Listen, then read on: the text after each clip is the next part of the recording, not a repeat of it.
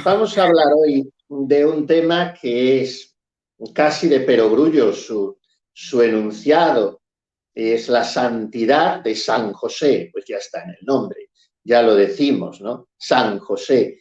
Y los antiguos decían el Santísimo José, y nuestras abuelas, como queriendo subrayar más esa plenitud de gracia que veremos en José, no se conformaban y decían San José bendito. Es como querer un poco intensificar más la expresión para distinguir esa santidad de la de otros santos. Ya lo veremos esto al final. Todo arranca de la especial dignidad con que la providencia divina acaricia en su mente, en su decreto trinitario, la figura de San José. Para nosotros, dignidad es un sinónimo de excelencia, o sea, algo que proviene de un bien, de una perfección que ya se posee anteriormente. O sea, toda excelencia, dice Santo Tomás de Aquino, proviene de un bien que se tiene. Puede ser una excelencia, una dignidad considerada en sí misma, secundum se dice en filosofía, o en relación a los otros, por el modo de tener esa dignidad. En el caso de José es de las dos maneras. Es dignidad por la misma preparación que de su alma ha hecho la Santísima Trinidad y por el modo como se proyecta esa dignidad suya en relación a los otros, sobre todo en relación a María y al mismo Verbo encarnado. Tenemos que partir de un principio muy elemental y que también trae Santo Tomás en la Suma Teológica, en la tercera parte, cuestión 27, artículo cuarto, y del que parte también uno de los grandes josefinos, que es el tardo medieval San Bernardino de Siena. Este principio es el siguiente: a quien Dios nuestro Señor elige para algo, le prepara, le dispone de tal modo que sea totalmente idóneo para esa misión a la que el Señor le llama. O sea, hay una economía, hay una pedagogía divina. Y el segundo principio es esa misma cuestión 27 de la tercera parte de la Suma, pero el siguiente artículo, el artículo quinto, reza así: cuanto alguien más se acerca al principio en un género cualquiera, tanto más participa del efecto de aquel principio. O sea, de esto se desprende la dignidad de algo en su relación con el principio original de ese algo. Y por tanto, la dignidad suma en el género humano es la humanidad sacratísima de Jesucristo por su unión hipostática con la naturaleza divina y por tanto con su proximidad total. Es mucho más que proximidad, sino que es identidad con la fuente, con el origen, con el principio de todos los bienes, que es Dios. Inmediatamente después, en cuanto que también pertenece reductive, se dice en teología, a ese orden hipostático, viene la dignidad de la Madre de Dios, que se eleva, dice San Alberto Magno, uno de los grandes doctores marianos, se eleva hasta el infinito la dignidad de María. Después dirá Cayetano, el gran cardenal Cayetano, uno de los eximios comentadores de Santo Tomás de Aquino, que María roza los linderos de la divinidad, toca las fronteras de la deidad, sin traspasarlas naturalmente. ¿Por qué? Porque la maternidad divina en María es la raíz de todos sus dones y de todas sus gracias. Nada puede decirse mayor que esa maternidad divina. Es más excelente que la misma gracia, llega a decir Santo Tomás de Aquino. Por tanto, si estamos hablando así de que algo es tanto más digno, cuanto más se aproxima al principio, el principio de todo es Dios, y según esta concatenación, lo más digno es la humanidad de Cristo, y María Santísima, inmediatamente en este mismo orden les sigue en dignidad San José bendito, que posee la máxima dignidad porque sobrepuja en excelencia a toda otra pura criatura, exceptuada, lo acabamos de decir, su esposa inmaculada, la siempre Virgen María. ¿Por qué títulos la dignidad de José es la primera en el género humano después de la Madre de Dios? Pues precisamente porque él es esposo de esta Madre de Dios. Llega a decir otro gran doctor antiguo, San Juan Damasceno, esposo de María, nada mayor puede decirse. Lo razonábamos un poco en la ponencia que tuvimos sobre la esponsalidad de San José, que de aquí provienen todos sus bienes y toda su dignidad. Por tanto, esa esponsalidad implica, lo veremos un poco más tarde, pero lo adelantamos ahora, o casi lo aprovechamos para ya explanarlo un poquito ahora, implica igualdad de rango entre los cónyuges, o sea, igualdad de condición. Ese es el primer requisito de todo buen matrimonio, y este se da en el matrimonio entre José y María. El uno participa de la dignidad del otro. Si una muchacha de ínfima condición se casa con un rey, queda constituida en reina. Recordemos el ejemplo bíblico de Esther. Pero pongámoslo al contrario, si un hombre plebeyo matrimonia con una reina, adquiere la dignidad real. José era de dignidad real por estirpe, por familia, pero era inferior en dignidad y en méritos a su esposa purísima. Sin embargo, al contraer matrimonio con ella, se iguala esa condición. En segundo lugar, en cuanto esposo de María, hay también comunicación de bienes entre los cónyuges. No hay, como se hace ahora, separación de bienes, sino que de lo que es de uno participan entrambos, como diría Santa Teresa, hablando de la relación con Cristo comparada con el matrimonio humano. De lo que es de uno participan entrambos. Pues bien, entre María y José todo es común y de ahí su gran dignidad.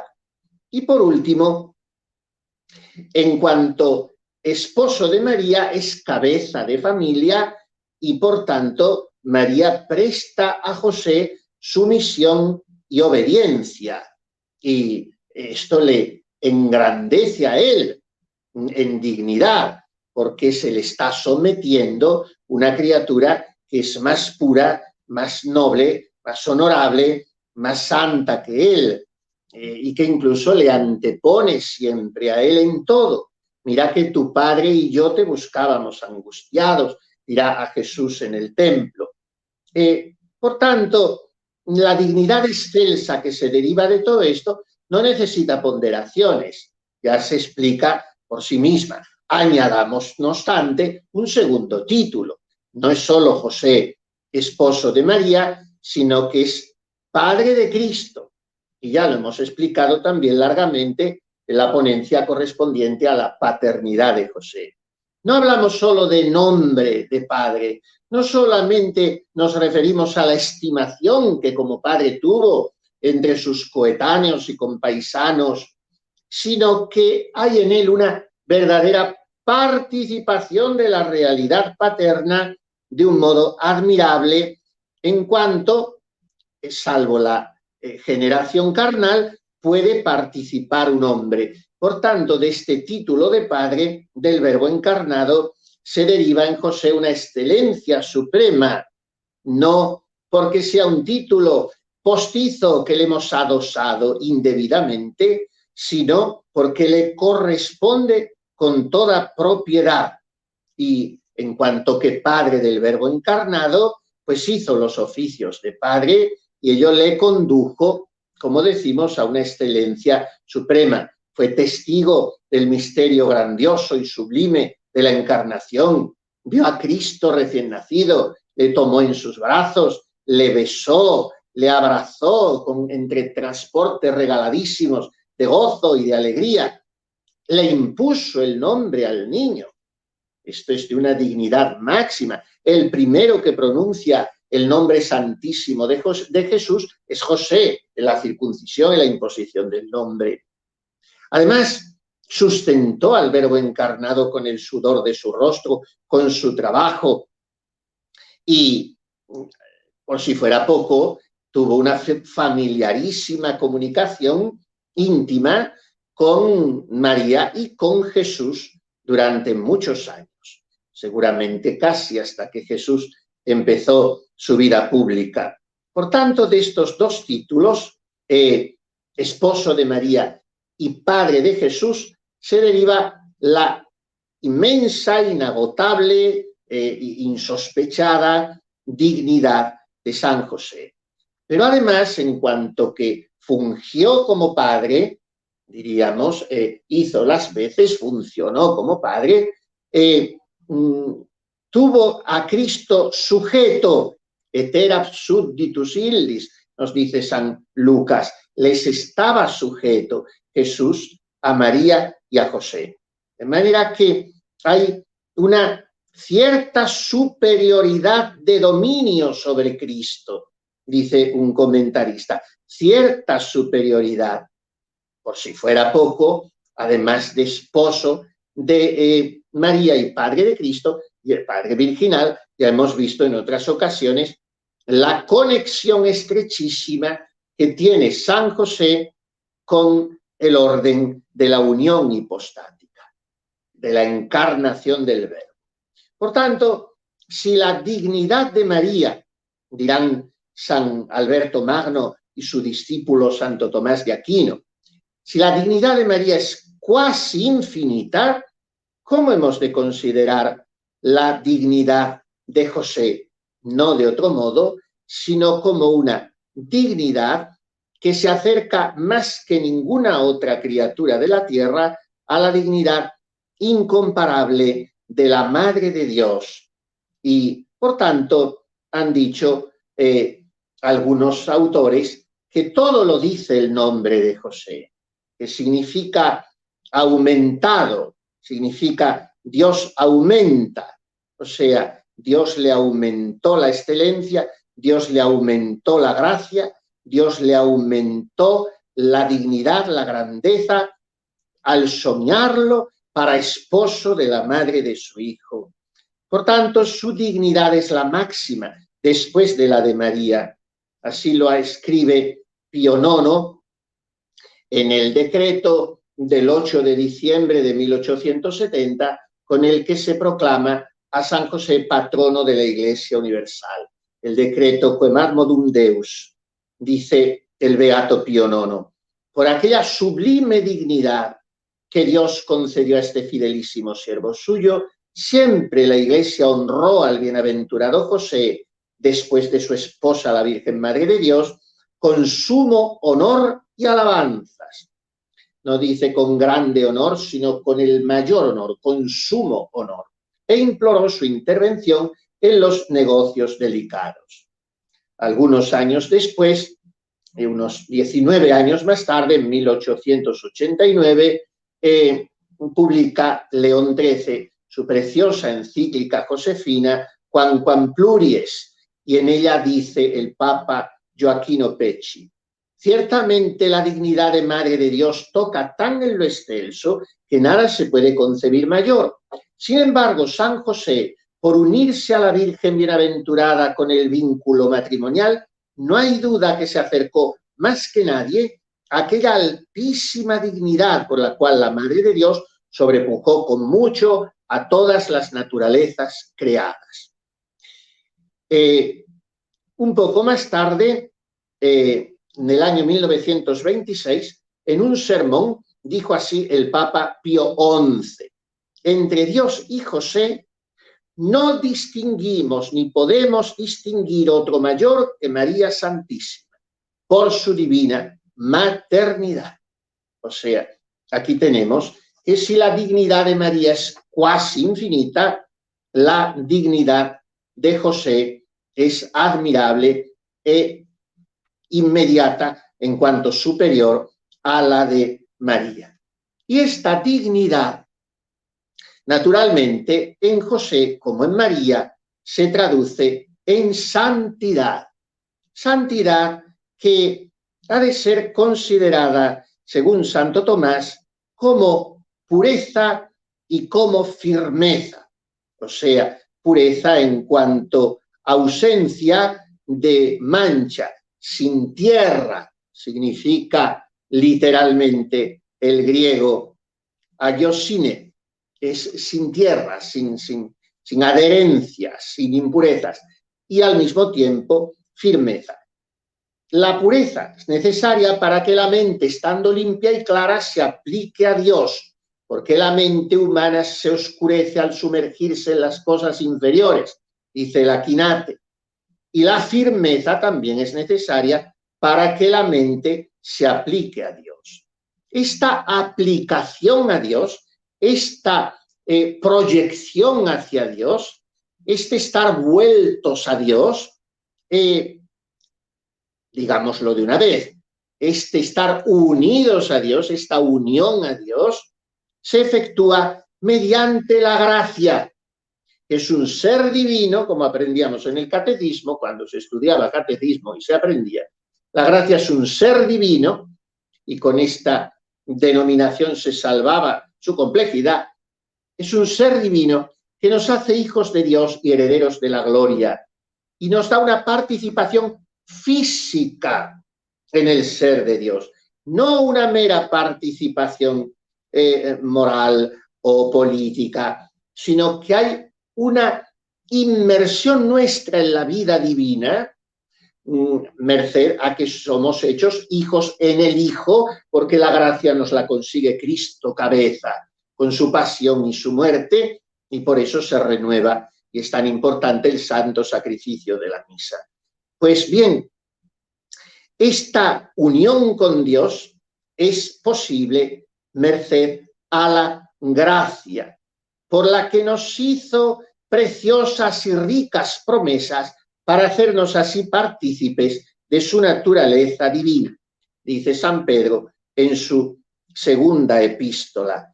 No vamos a hablar muy largamente de las gracias en cuanto a gracias santificante, gracias gratis date, privilegios singulares. Eso no nos hace ahora al caso. La gracia, en realidad, nos une a Dios por la caridad que se nos infunde con el Espíritu Santo, mejor dicho, nos la infunde el Espíritu Santo. Y así, esa caridad hace que fluyan en el alma, en las potencias del alma, porque la gracia se infunde en la esencia del alma. Pero después el alma tiene que actuar hacia afuera. Y para actuar, no quedarse replegada en sí misma, necesita brazos, necesita manos. Y ahí están las dos potencias del alma, el entendimiento y la voluntad. Pues bien, en esas dos potencias del alma se infunden con la gracia santificante las virtudes, las tres teologales, fe, esperanza y caridad, con las cuatro cardinales, prudencia, justicia, fortaleza y templanza, después todas sus derivadas, y los dones del Espíritu Santo que vienen a perfeccionar las virtudes. Todo esto son derivaciones de la gracia santificante. Por tanto, ¿cómo se mide, si pudiéramos hablar así, aunque estas denominaciones son enojosas por impropias, pero para entendernos, cómo se puede calibrar o columbrar o barruntar la alteza, la intensidad de la gracia santificante en un alma por el grado de caridad que tenga? Porque si el grado de santidad es el grado de gracia y no hay gracia sin caridad, en la medida en que esa alma viva la caridad, que es en especie átoma, o sea, indivisible, no tenemos dos corazones para amar, con uno a Dios y con otro a las criaturas, sino amarás al prójimo como a ti mismo y amarás a Dios sobre todas las cosas en un mismo acto. Entonces, en la medida en que tengamos caridad, tenemos gracia santificante, porque si no hay caridad no hay nada. El pecado mortal lo que hace es matar, como dice la palabra, matar en nosotros la caridad. O sea, es como si fuese un diluvio, una riada que apaga el fuego. Y entonces, al desaparecer la caridad, desaparece la gracia, naturalmente, y no hay santidad. No es posible. Por eso, sin unión con Cristo y sin gracia, todas las obras nacen muertas. Era muy buena persona. No iba a misa, no confesaba, no comulgaba, no rezaba, incluso no creía en Dios, pero era muy buena persona. Bueno, yo no niego que fuera buena persona, pero sus obras nacían muertas, porque no hay más raíz de vida que la gracia santificante, porque no hay más vida que Cristo. Yo soy el camino, la verdad y la vida. Nadie va al Padre sino por mí. Sin mí no podéis hacer nada. No servís más que como los sarmientos para que os arranquen y os echen al fuego. Entonces, sin Cristo no hay nada. Solo está la vida en la unión con Cristo, siendo hijos en el Hijo, a través de la gracia santificante. Pues bien, dicho todo esto, tenemos entonces que, si todo depende de la gracia al final, la gracia ha de ser proporcionada a la dignidad, oficio o ministerio confiado por Dios en esta vida y para el cual Dios nuestro Señor prepara a esa alma. Así, por ejemplo, María fue preparada con exquisito y regaladísimo mimo por parte de Dios para ser la madre de su Hijo, para concebir a Cristo. Pero fue preparada de manera que decimos de ella, primus concepit in mente quam in ventre, o sea, concibió primero a Cristo en su alma que en su seno, en su vientre, y porque la suya fue una preparación desde antes de su nacimiento, desde su concepción, mimando, como decimos delicadísimamente, la Trinidad bienaventurada, el alma de aquella purísima criatura. Pues bien, ¿y José cómo fue preparado? Porque si la bienaventurada Virgen María, dice Santo Tomás de Aquino en esa tercera esa cuestión 27 que venimos citando de la tercera parte de la Suma, el artículo 5, si la bienaventurada Virgen María fue la más cercana a Cristo en cuanto a su humanidad, porque de ella tomó la humana naturaleza y por eso obtuvo de Cristo mayor plenitud de gracia sobre todos los demás, ¿qué diremos de San José? María, repetimos, fue preparada por Dios a fin de que concibiese a Cristo prius mente quam corpore, antes en el alma que en el cuerpo, primus concepit in mente quam in ventre, dirá San Agustín. ¿Y con José qué sucede? Porque en él también se da una predestinación singularísima para una misión especialísima. Y para eso estuvo adornado desde sus primeros años. Nada menos que el grandísimo teólogo padre Garrigou-Lagrange, dominico francés del siglo XX, dice que considerada la misión totalmente divina de San José, el Dios providente le concedió todas las gracias recibidas ya desde la infancia: piedad, virginidad, prudencia, perfecta fidelidad, etc. La Sagrada Escritura, ya lo hemos visto, es sumamente concisa, es de un laconismo que a veces incluso nos disgusta un poco al hablar de José, pero es que es suficiente, es que el Espíritu Santo ha dictado la Biblia y tenemos lo que necesitamos. Lo demás que pueda satisfacer nuestra curiosidad no nos es necesario. Y dice el evangelista Josefino, sobre todo, que es Mateo, en capítulo 1, versículo 19. José, su esposo, siendo justo, no quiso denunciar a María. O sea, tenemos un retrato de María en dos palabras, gracia plena. Y tenemos un retrato de José en dos palabras, vir justus. No quiere decir simplemente que San José viviese la virtud de la justicia, en fuerza de lo cual hubiera sido una injusticia que hubiese repudiado a María. Es una visión un poco reductiva esta.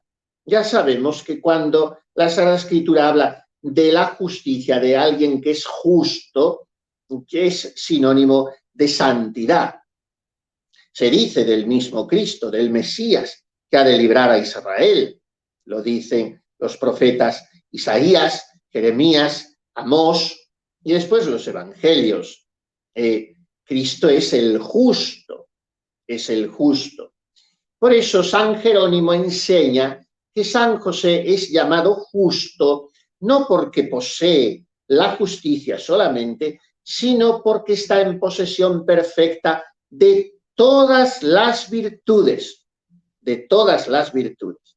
Nuestro incomparable Maldonado, el gran comentarista de los evangelios, dice: José es llamado justo no porque haya poseído solo la justicia, una de las 4 virtudes morales, sino porque estuvo lleno de todo género de virtudes, como notó San Juan Crisóstomo. Por tanto, la santidad de José es una santidad acabada, es una santidad redonda, es una santidad perfecta y es una santidad singularísima, diversa de toda otra santidad, no solo por estar por encima, sino por la manera como se desarrolla y se ejecuta y se verifica. Y volvemos a los títulos que hemos barajado al principio. La santidad de José es singularísima en cuanto esposo de María, por su igualdad de condición con María, por su amor mutuo máximo con María y por su comunicación de bienes con María. José amó a María como a santa, como a esposa y como a madre de Dios. La santidad de José es singularísima en cuanto a padre de Cristo, porque le amó como a su hijo y como a su Dios, y porque además fue amado de una manera única por Jesucristo, con un amor que, dicen los teólogos, era causativo de gracia. El amor de Jesús a José es un amor causativo de gracia, es un amor que le está agraciando constantemente, que le está hermoseando, que le está engrandeciendo. Es una consecuencia natural del oficio altísimo al que José había sido predestinado. Y en cuanto padre de Cristo, tuvo con Cristo una comunicación de una intimidad inimaginable. Dice San Bernardino de Siena preciosamente: 3 cosas procuró José guardar diligentemente en la conversación con Cristo Jesús, por las cuales alcanzó gran perfección. Primero, tuvo para con Cristo una pureza reverencial. Segundo, una radiante fidelidad. Tercero, una ardentísima caridad.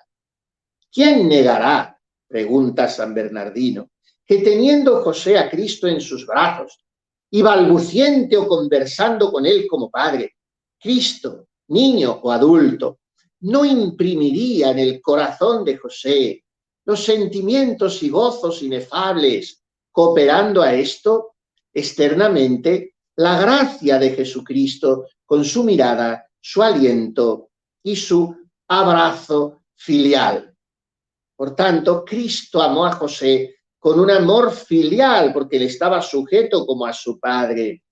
Y por eso José fue amado en grado altísimo, más que ninguna otra criatura de la tierra, sacando a la Virgen, haya sido amada, porque José fue amado por el amor, aquí en la tierra. Todos somos amados por Jesucristo.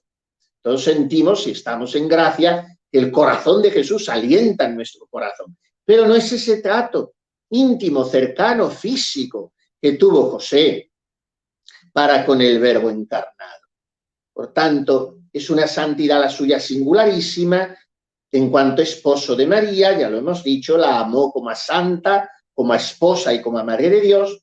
Es una santidad singularísima. En cuanto a padre de Cristo, le amó como a hijo y como a Dios, y el amor de Cristo era para José causativo de gracia. Y es una santidad singularísima por su pertenencia al orden hipostático, porque se acercó más que nadie al principio de la gracia y por tanto participó más que nadie de la plenitud de la gracia. Y enlazando con la última conferencia que tuvimos, diremos también que la santidad de José tenía que ser singularísima por su singularísima cooperación a la redención del género humano. Hablábamos el otro día con un cierto sensacionalismo que hay que usar para los títulos de la corredención de San José, poniendo a esto todos los atenuantes y paréntesis que se quieran y que quedan salvados por ese prefijo corredención, porque no hay más redentor que Cristo, ya lo sabemos. Pero la cooperación de José a la salvación de la humanidad fue muy singular, fue la de ayudar a que viniera al mundo el Verbo de Dios y la de sustentarle y acompañarle. Por eso la incorporación de San José a la obra redentora está incluida en el mismo decreto que le asocia a la encarnación del Verbo. Si hemos dicho que Dios concede a los hombres su gracia y su santidad según la dignidad y el carácter de la misión a que los predestina, es evidente que el esposo de María corredentora y el Padre virginal de Jesucristo redentor es también corredentor y está adornado para serlo de una santidad eminentísima, lleno de todas las gracias y virtudes que le capacitan para esa gran misión de ser también el salvador del género humano en unión supeditada a Jesús y a María.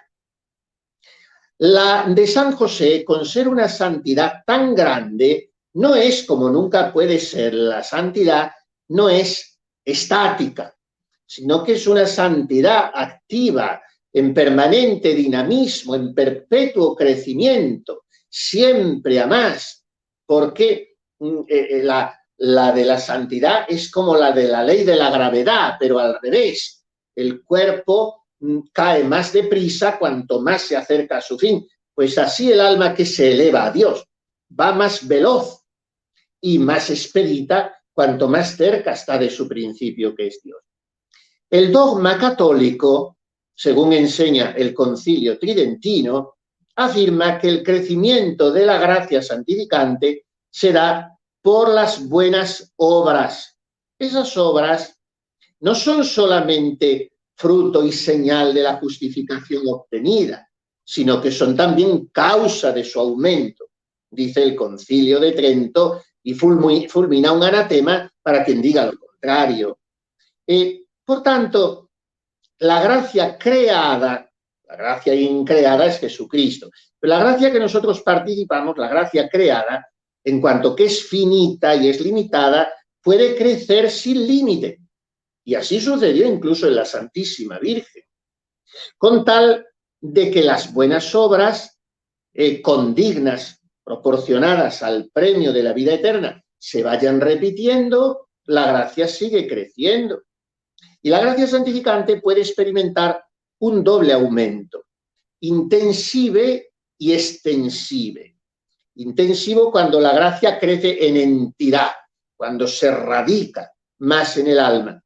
Y extensive cuando se extiende a muchas cosas y produce nuevos efectos, en el caso en que la misión de esa alma tenga muchos alcances y tenga repercusión en otras muchas almas. Entonces la gracia se extiende, se desdobla.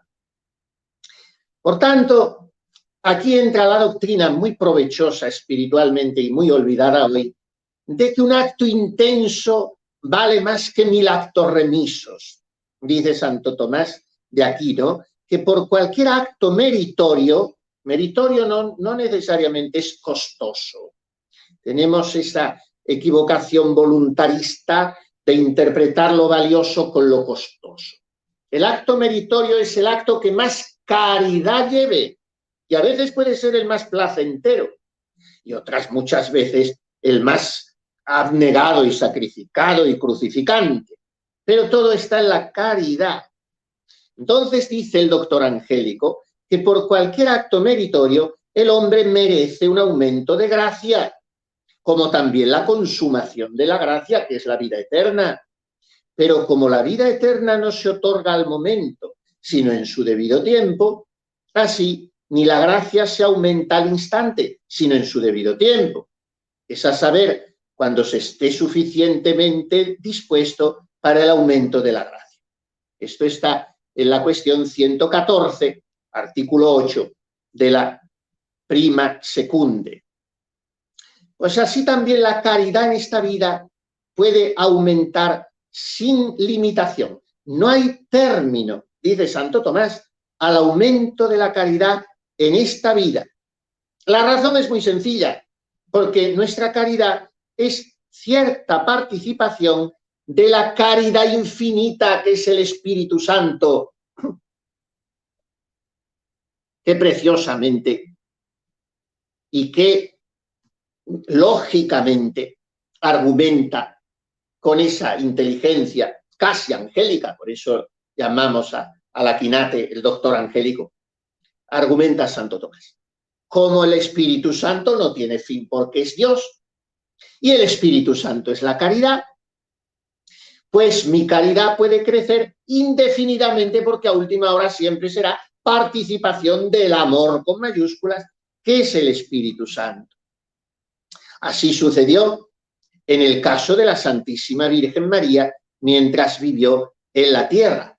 Y así lo explica también Santo Tomás de Aquino, en este caso, en la cuestión que nos traemos entre manos, la cuestión 27 de la tercera parte de la Suma, siempre el artículo 5. Dice Tomás, en la bienaventurada Virgen hubo una triple perfección de gracia. La primera, cuasi dispositiva, por la cual se hacía idónea para ser madre de Cristo. Y esta fue la perfección de la santificación. La segunda perfección de la gracia en María fue por la presencia en su seno materno del Hijo de Dios encarnado. La tercera es la perfección del fin que tiene la gloria. O sea, triple perfección de gracia en María.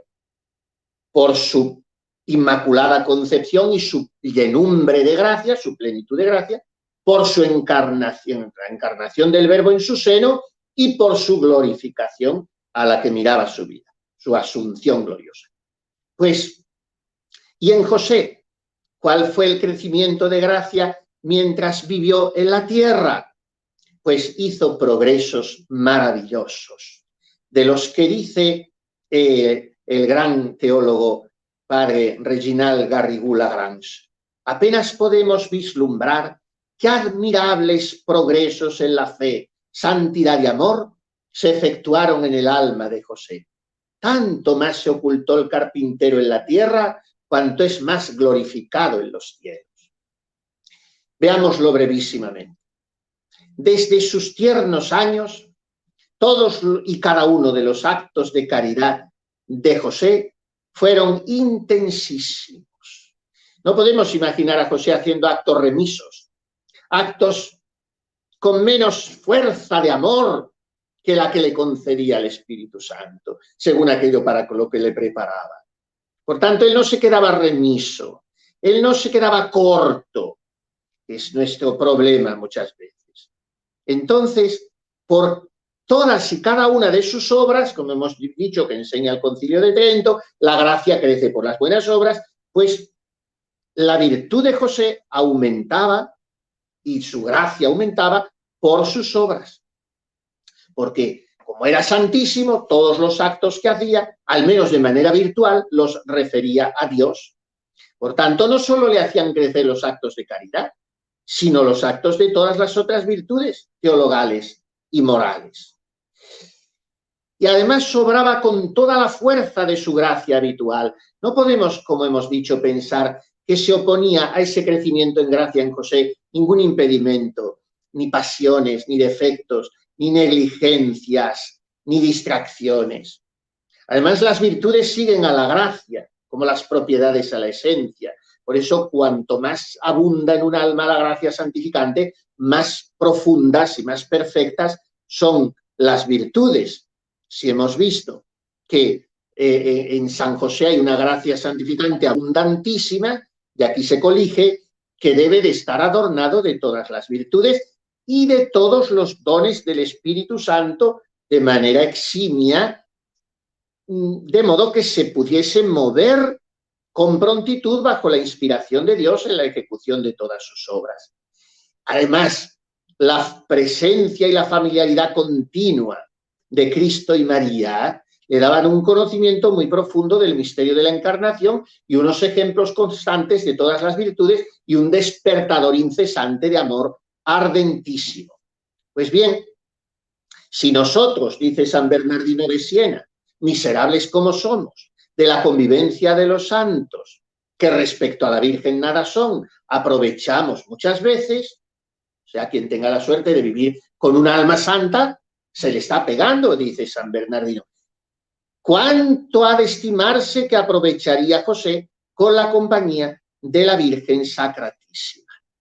Pues bien, esta es la gran santidad de José, pero cuando pensamos en ella, nos asaltan algunas cuestiones, como si aquella duda que tuvo San José de María no hubiese empañado un poco de su santidad. Es que realmente no fue duda. Hay tres escuelas en estos, tres posturas, tres opiniones teológicas. La de quienes dicen que José creyó a María caída en adulterio, lo cual repugna tanto al buen sentido que no podemos aceptarlo. La de quienes dicen, de modo excesivamente maximalista, que José conoció el misterio de la encarnación y por eso, humilde y reverente, se decidió a retirarse, y la de quienes adoptando una vía media, dicen que la causa de abandonar José a María fue la ignorancia del misterio al mismo tiempo que su convencimiento de la inocencia de la Virgen. Y por tanto consideró que era justo dejarlo a Dios y retirarse él.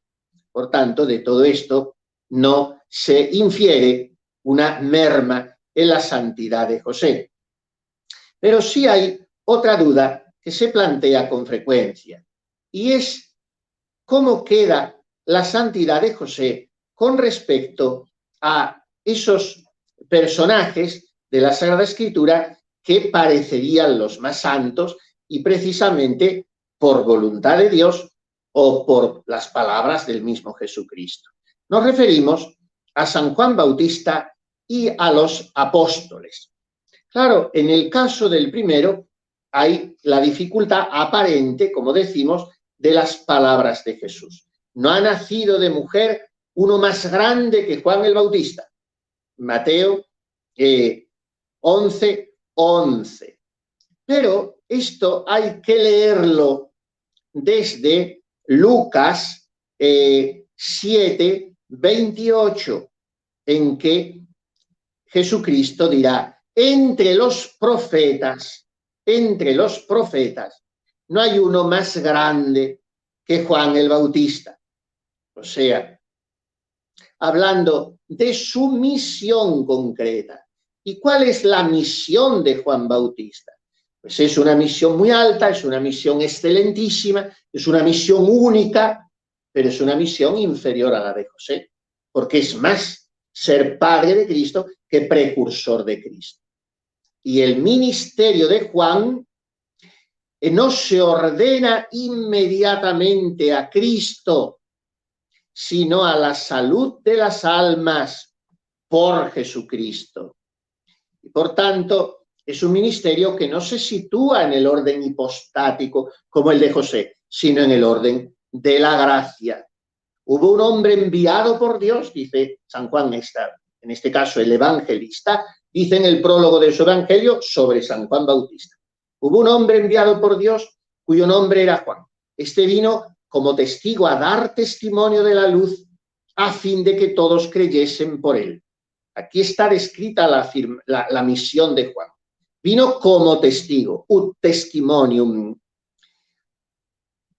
ut testimonium perivere de lumine, para dar testimonio de la luz, ut omnes crederent per illum, para que todos crean por él. O sea, hay una diversidad en la misión respecto a José, porque José no vino a dar testimonio, sino que vino, entre comillas, a posibilitar, a facilitar el misterio de la encarnación, que es lo más alto que hay. Por tanto, entre los nacidos de mujer no hubo más grande profeta.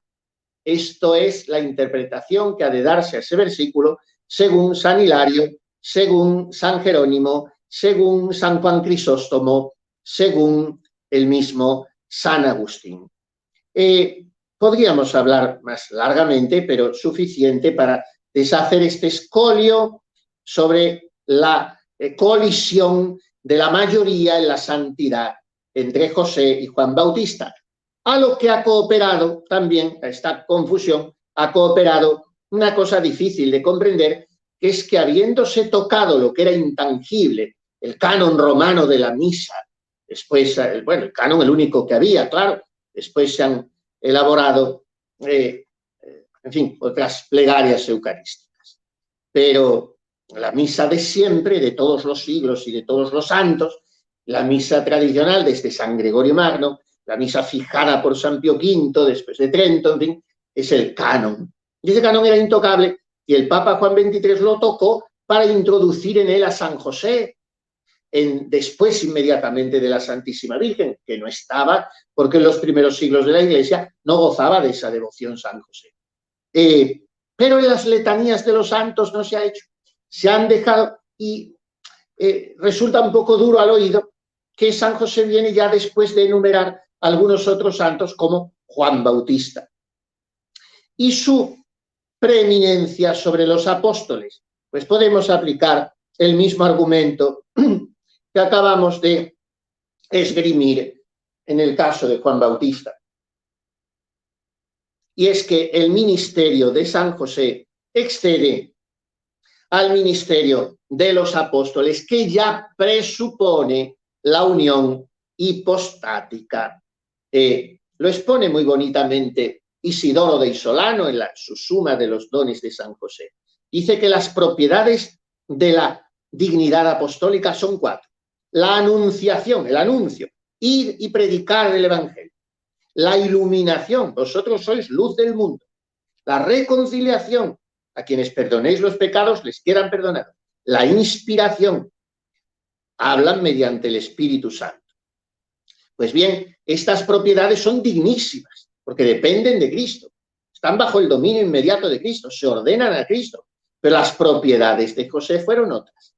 Los desposorios con la Reina del Cielo, el ser llamado Padre del Rey de los Ángeles, custodio del Mesías prometido en la ley judía, educador del Salvador de los hombres, y estas propiedades dicen orden inmediato a Cristo. Inmediato. No nos extendemos tampoco en esto. Pero hay otra dificultad. Ya hemos visto que la santidad de José es superior a la de Juan Bautista y a la de los mismos apóstoles. Pero y respecto a los ángeles, ¿qué hemos de decir? ¿Está José por encima o por debajo? Pues apliquemos a él lo mismo que decimos o que dice Santo Tomás de la Santísima Virgen. Dice el doctor Angélico en la cuestión 30 de la tercia pars de la Suma Teológica. La Madre de Dios era superior a los ángeles en cuanto a dignidad, a la que había sido elevada por obra de Dios. Pero en cuanto al estado de la vida presente, era inferior a los ángeles. Minuistium angelis, dice el Salmo, lo hiciste un poco inferior a los ángeles. Era la antífona de entrada, el introito de ayer, la misa propia, la misa Vetus Ordo, la misa tradicional de San Luis Gonzaga, el otro día, se me mezclan ya las fechas. Era el día de San Luis Gonzaga ese introito. Le hiciste un poco inferior a los ángeles, porque en toda la liturgia del santo se hablaba de la condición de su pureza angélica. Pero un bienaventurado en el cielo, por su plenitud de gracia, puede superar a algunos ángeles o a muchos, fin, no sabemos esos misterios, pero en la tierra su dignidad es inferior en cuanto al estado. Pues bien, como María, por debajo de ella, que es su reina, San José precede a todos los ángeles en dignidad, aunque en su estado de viador, en esta vida terrena, sea inferior a los ángeles. Pero además hay una cosa muy bonita. Cristo, hombre, Cristo, según su humanidad, era movido inmediatamente por el verbo de Dios, por lo cual no necesitaba la custodia de los ángeles. Además, en su alma santísima, Jesucristo era comprehensor, tenía la visión beatífica. Y aunque en su cuerpo pasible era viador, pero él no precisaba de ángel custodio como de superior, como lo necesitamos nosotros, sino más bien el ángel le servía a Cristo como inferior. En cambio, a quien miró Cristo como superior y a quien necesitó como niño desvalido fue a José. De manera que José en ese sentido lleva la ventaja a todos los ángeles. Además, la misión y el ministerio de los ángeles para con Jesús respecto al misterio de la encarnación no fue tan íntimo y continuo como el de San José, porque a los ángeles no se les puede colocar en el orden de la unión hipostática, que es donde se coloca Jesús, como dice, recurrimos otra vez a él, Isidoro de Isolano, en la suma de los dones de San José. La esencia, la virtud y la operación de José estuvieron más inmediatamente cercanas a Dios por la relación del orden, elección y potestad. Por tanto, el ministerio de José, termina diciendo preciosamente Isolano, el ministerio de José fue tan familiar que todos los ángeles juntos no sirvieron tan familiarmente a Dios como José solo. Pensemos en los 30 años de convivencia con el niño, pensemos en los servicios de José, en Belén, en Egipto, en Nazaret, en fin. Aquí está la torre entera de santidad de José. Dimana de esta dignidad es ser esposo de la Madre de Dios y padre virginal del Verbo encarnado. Por tanto, está por encima de todos los otros santos del cielo. Había una viejecita que rezaba con mucho fervor ante la imagen de San José un día y otro, y le miraba embelesada, como extasiada en su parroquia, y un día se acercó el párroco y le dijo, pero ¿cómo quiere usted tanto a San José? Y la pobre viejita le miró admirada, como que le decían algo extrañísimo, y le contestó sonriente, pero me pregunta usted, padre, ¿por qué le quiero tanto? Si tiene en brazos al niño. Ahí está toda la base de la santidad de José. Tiene en brazos al niño y, por tanto, como dicen también nuestros abuelitos, es el que manda en el cielo y a quien obedece su hijo como le obedeció en la tierra.